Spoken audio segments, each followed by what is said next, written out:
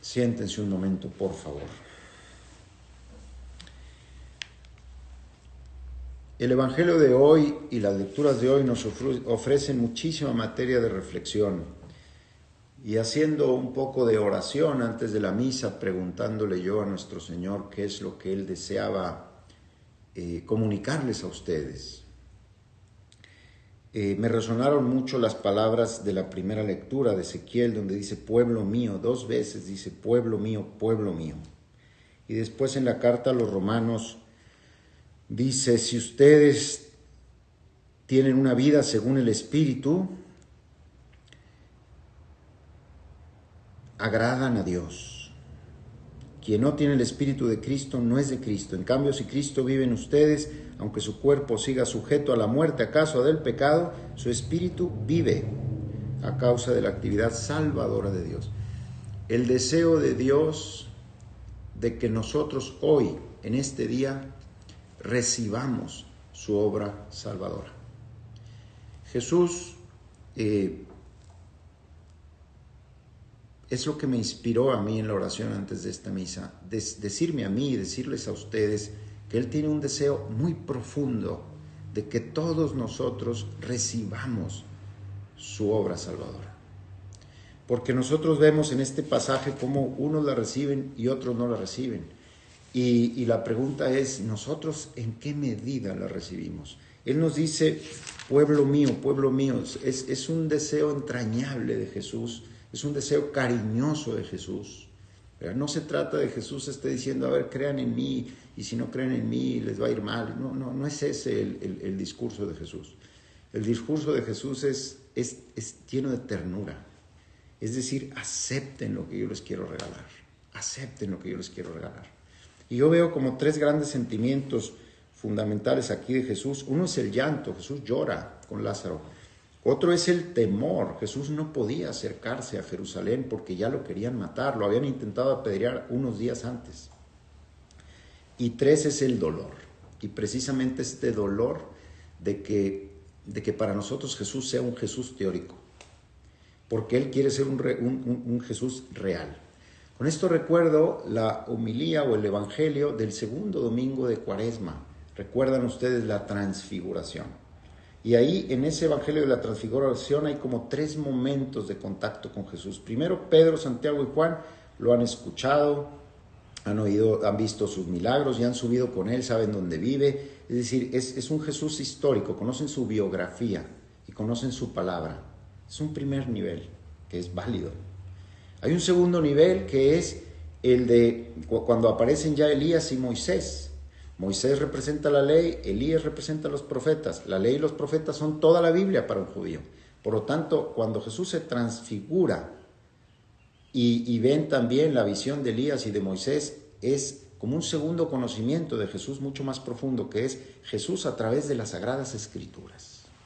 Jesús a través de la Biblia, entender quién es Jesús, más allá de su biografía, porque un historiador incluso no creyente pues llega a la conclusión de que Jesús es un ser vivo y puede llegar, un ser histórico, y puede llegar a demostrar históricamente lo que Jesús hizo y dio. Pero ese es solo el primer nivel. El segundo nivel es, bueno, ¿y todo esto qué significado tiene?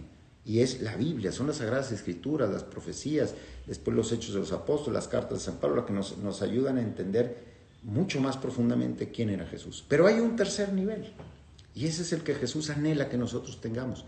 Y es cuando se escucha la voz del Padre en el Tabor que dice, este es mi Hijo amado, escúchenlo. Este es mi Hijo amado, escúchenlo. Porque si Jesús no es para nosotros mi Jesús, mi amigo, mi compañero, mi Salvador, no el Salvador de la historia, el mío, entonces todo lo anterior puede servir de mucho para otras personas, pero para mí no sirve de nada. Porque entonces yo no viviría, como dice San Pablo, según el Espíritu de Cristo. Entonces el gran anhelo de Jesús es que nosotros tengamos este Espíritu de Cristo y podamos verdaderamente llegar a este tercer nivel de conocimiento de Jesús, que es un conocimiento real. Es lo que pide San Ignacio también en los ejercicios espirituales, conocimiento de Cristo para no poder no amarlo y amarlo de tal manera que no podamos no seguirlo. y no tener los mismos sentimientos que Él. Ese es el gran anhelo de Jesús. Entonces, con este anhelo en el corazón, vayamos brevemente al Evangelio. Primero nos encontramos que Jesús está con sus discípulos allá del otro lado del Jordán. Está en la tetrarquía de Herodes, porque ahí terminaba la jurisdicción de Pilatos y estaba más seguro. Allá no podía pasar la guardia, porque lo habían intentado apedrear. Entonces se refugia allá. Y Jesús, es verdad que Jesús es hijo de Dios, pero Jesús tenía miedo real de subir a Jerusalén, porque lo querían matar. Como cualquiera de nosotros puede tener miedo cuando sabe que lo quieren matar. Y sin embargo, Él, por amor a ti y a mí, Él vence ese miedo y sube a Jerusalén. Subirá unos días después. Este episodio sucede a finales de febrero e inicios de marzo. Y la Pascua es más o menos hacia el final e inicios de abril en ese año. Entonces, Él baja y son lugares reales. Son lugares reales. Quienes han estado ahí recuerdan el Wadi Kelt. Wadi Kelt es el valle Kelt. Por ahí sube Jesús a Jericó. Y de Jericó sube por una calzada romana, que todavía hay ruinas de esa calzada romana que subía a Jerusalén, hasta Betania. Antes de Jerusalén está Betania. Y Jesús va con miedo. Llega ahí y ve el dolor de sus amigas María, Marta y Lázaro, que ha muerto.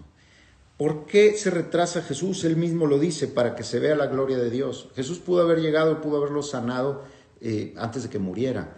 Pero Jesús espera a que muera. ¿Por qué? Porque sabe lo duro que va a ser para nosotros creer en su resurrección. Y sabía lo duro que sus discípulos iba a ser para sus discípulos esos 3 días antes de que Él resucitara. Entonces, como un aperitivo, como una dice, vean lo que yo soy capaz de hacer. Y resucita a Lázaro. Pero eso no le quita el dolor y el llanto. Jesús llora.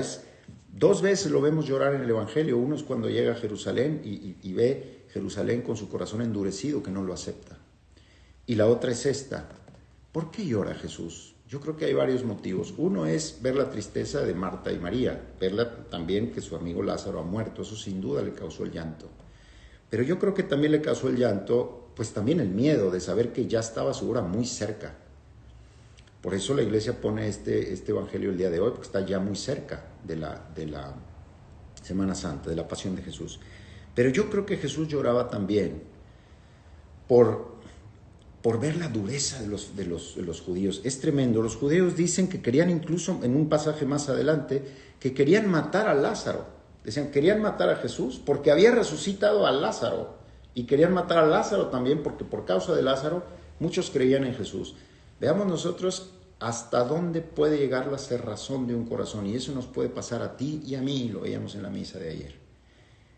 Por eso hay que tener un corazón sencillo, ¿verdad? Para poder acoger a Jesús. Y eso es lo que Jesús nos suplica hoy. Acoge mi salvación, que no te pase como estos judíos. Al final dice el Evangelio que muchos judíos que habían ido a casa de Marta y María y que habían visto lo que Jesús hizo, creyeron en Él. Pero otros no, y la prueba es que lo mataron. Lo más doloroso de Jesús es ver que su salvación no llega a nosotros. Porque todo lo que ha hecho no es para su propia gloria o para su propio provecho, es para mi salvación y para tu salvación, para que nosotros estemos mejor. Entonces acompañemos a Jesús en ese miedo y digámosle gracias. El resultado de caminar con Cristo en este evangelio de hoy tiene que ser una gratitud muy grande. Gracias, Señor, por haber afrontado ese miedo por mí. Gracias, Señor, por haber afrontado esa pasión por mí. Gracias, Señor. Y quiero decirte que yo sí quiero recibir tu salvación, que yo sí quiero.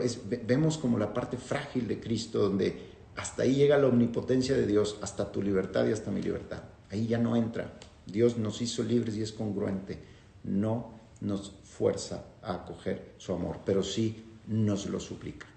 Veamos a ese Cristo que sufre más que por el dolor de los clavos y de la cruz, sufre por aquellos que no acogemos su salvación, su amor, su donación que Él hace libremente por nosotros.